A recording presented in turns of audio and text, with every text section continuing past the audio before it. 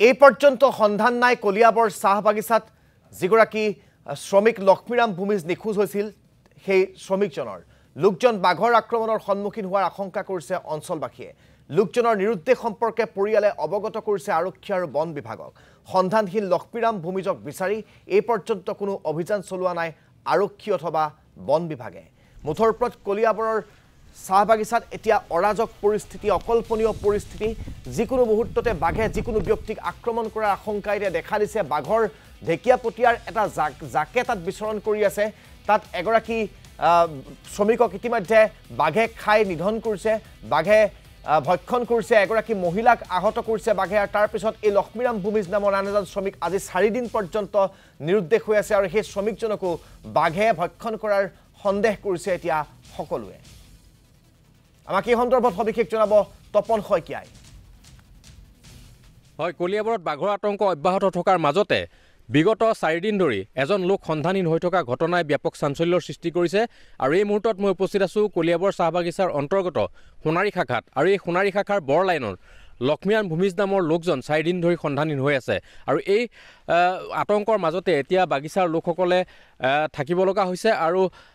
এতিয়াও কিন্তু সেই লোকজনক বিচাৰি বন বিভাগ বা আৰক্ষীয়ে কোনো ধৰণৰ অভিযান আৰম্ভ কৰা দেখিবলৈ পোৱা হোৱা নাই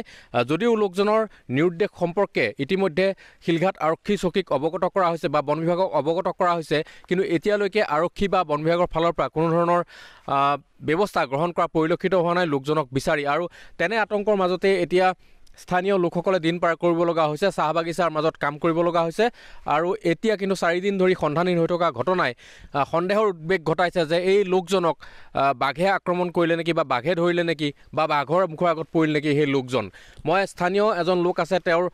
ওচৰলৈ আহিবলৈ বিচাৰিছোঁ এই লক্ষ্মীৰাম ভূমিজ নামৰ লোকজন 4 দিন হ'ল আজি নাইকিয়া হৈ থকা আৰক্ষী বা বন বিভাগৰ ফালৰ পৰা তেওঁক বিচাৰ খোচাৰ কৰিছে নেকি না বন বিভাগৰ ফালৰ পৰা কালি আহিছিলে কিন্তু এতিয়ালৈকে বৰ্তমান অহা নাই আৰু মই গৈছিলোঁ একবাৰ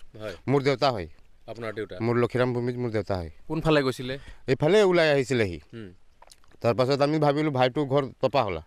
মিতিৰ ঘৰত গৈছে বুলি আমি অলপ নিশ্চিন্ত হৈ আছিলোঁ কিন্তু যেতিয়া 4টা বাজি গ'ল তেতিয়ালৈকে দেউতাক দেখা নাই তেতিয়া ভাইক ফোন কৰিছোঁ তেতিয়াহ'লে দেউতা কৈছে বোলে নাই তেতিয়া আমি গোটেই বাগান এইটো বাগান গোটেই চানি দিলোঁ একদম ৰাতি ভৰ একদম তাৰপাছত দিনতো বিচাৰিছোঁ নাই তাৰপাছত 5 দিনাখন আমি ফৰেষ্ট অফিচ গৈছোঁ আৰু থানা গৈ পেলাই এজাহাৰ জমাই আছোঁ কিন্তু তেওঁক বিচাৰি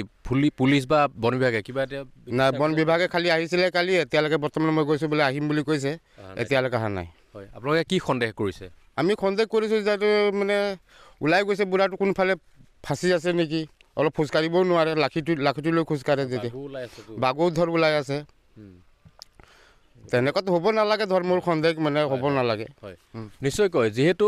কলিয়াবৰ চাহ বাগিচা এলেকাত